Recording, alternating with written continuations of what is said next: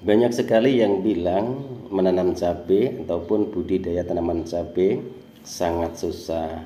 Banyak juga yang bilang menanam cabai itu sangat mudah sekali. Mungkin bagi yang senior ataupun master untuk tanaman cabai. Di sini saya ingin berbagi pengalaman dengan sahabat-sahabat tani semua, karena saya pun juga pemula, baru belajar, dan saya pun juga tidak bisa apa-apa. Saya hanya menanam tanaman cabai, kemudian saya rawat, saya pupuk menggunakan pupuk kimia, kadang-kadang saya tambahkan pupuk organik yang kemasan pabrik, teman-teman.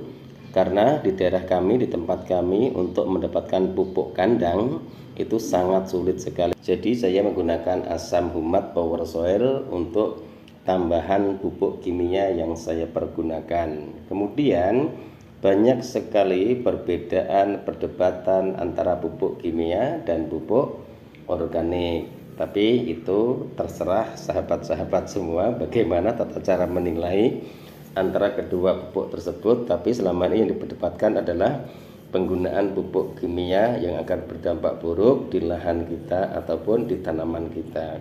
Itu pun juga nanti akan saya jelaskan agar teman-teman semua tidak terlalu sulit untuk mendapatkan pupuk. Buat teman-teman yang baru menemukan channel saya, Heri Petani Indonesia, jika menyukai video saya silahkan like, komen, dan subscribe. Share ke setiap media yang teman-teman punya, siapa tahu bermanfaat.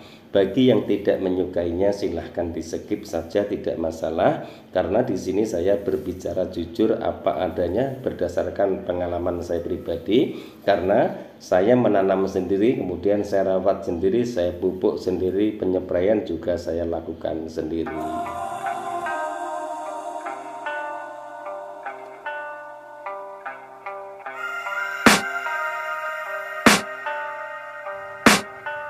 I can hear the demons call when they do what they do. And now I feel like taking off, find a place with a view. The pain is never gonna stop if it's controlling you. I know that time can heal it all, I just gotta get through. I just gotta get through, I just gotta get through. Cause I feel like taking off, find a place with a view. The pain is never gonna stop if it's controlling you. I know that time can heal it all, I just gotta get through. Sometimes I feel like all is lost, but I know it's not true. I wanna put up all my walls cause I'm not.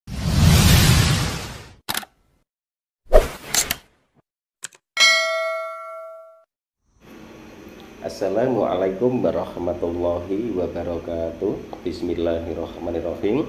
Allahumma sholli ala sayyidina Muhammad wa ala ali sayyidina Muhammad.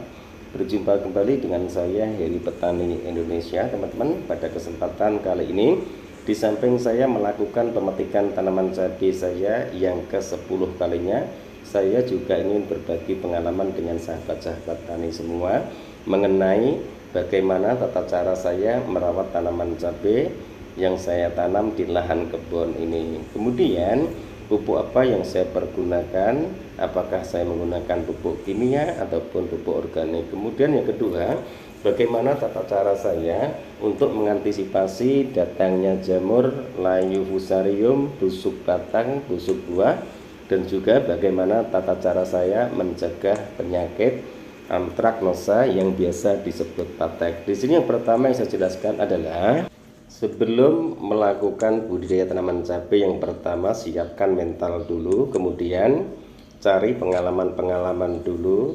Yang ketiga adalah proses lahan segembur mungkin, kemudian taburkan kapur dolomit.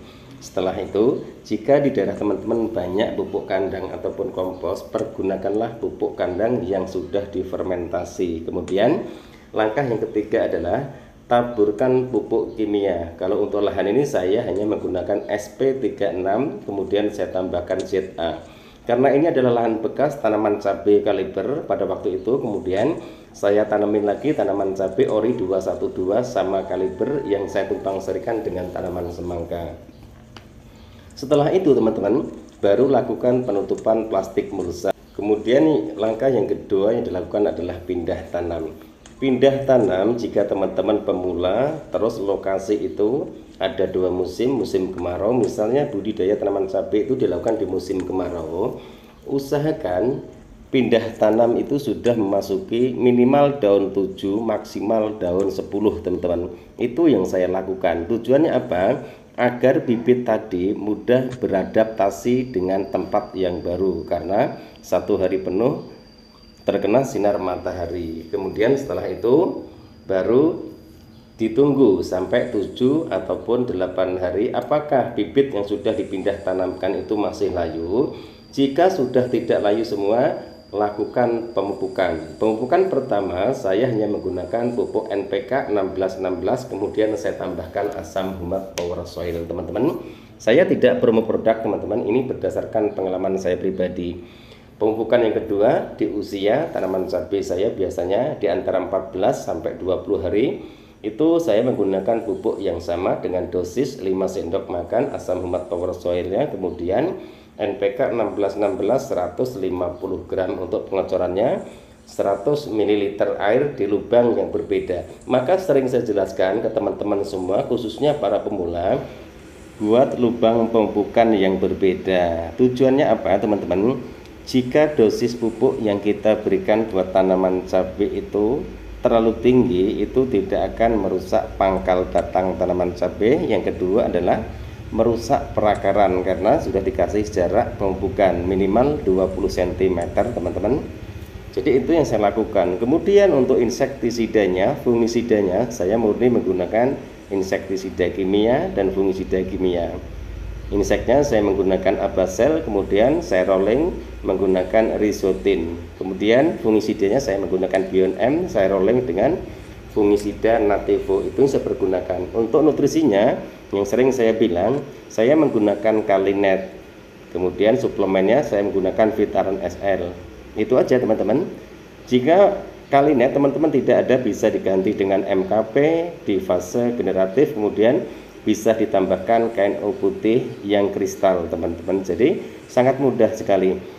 Cari pupuk-pupuk yang di daerah teman-teman itu mudah ditemukan. Tidak harus pupuknya itu sama seperti saya. Nanti di video kami sebelumnya ataupun di tanaman kami sebelumnya akan saya buatkan video. Pupuknya juga berbeda, pupuknya murni semua itu pupuk makro dan mikro, dan nanti saya tidak menggunakan pupuk-pupuk organik. Nanti hasilnya seperti apa, maka dari itu silahkan teman-teman tonton terus video-video di channel Heri Petani Indonesia.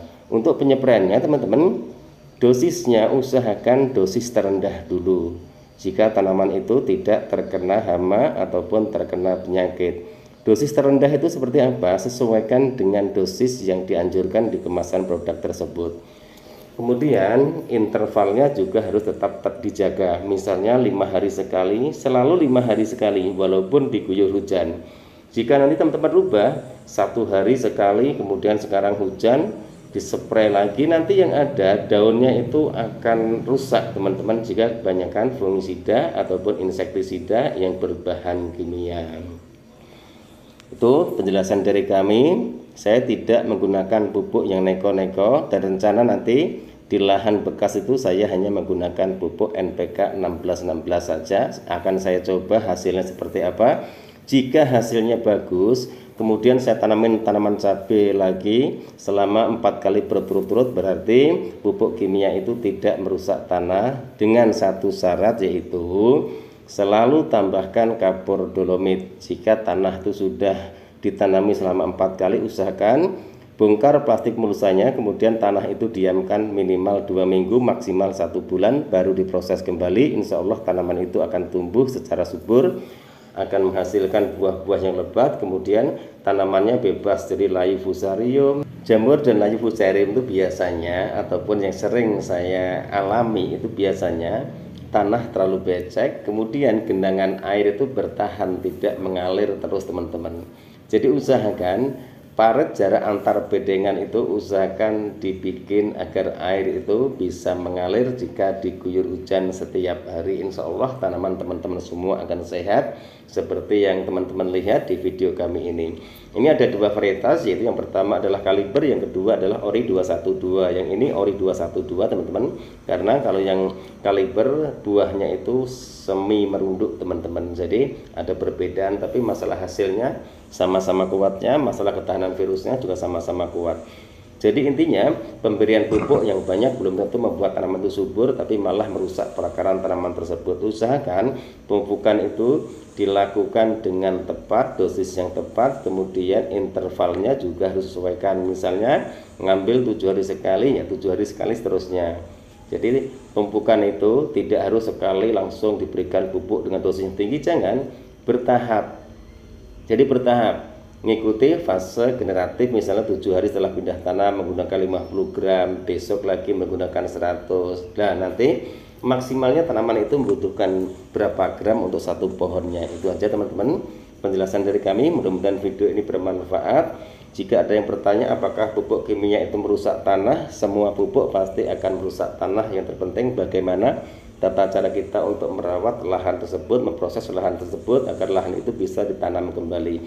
Jika kita bicara masalah pupuk kimia apakah rusak, itu nggak akan ada habisnya teman-teman, karena ada 2 perusahaan yang membuat pupuk kimia dan juga ada yang membuat pupuk organik. Jika itu selalu diperdebatkan, nantinya juga tidak ada habisnya. Yang ada malah kita sendiri akan takut untuk bercocok tanam ataupun berkebun, padahal pupuk kimia pun juga sangat diperlukan. Kalau saya malah 85% menggunakan pupuk kimia.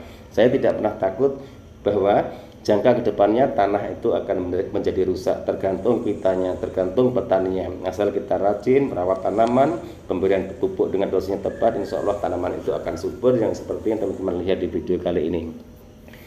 Mungkin hanya ini teman-teman yang bisa saya sampaikan dalam video saya kali ini. Mohon maaf jika ada salah-salah kata. Niat dari kami di sini hanya ingin berbagi pengalaman saya pribadi. Saya pun juga masih tahap pembelajaran. Mudah-mudahan video ini juga bermanfaat buat sahabat-sahabat tani semua. Wabillahi taufiq wal hidayah. Wassalamualaikum warahmatullahi wabarakatuh.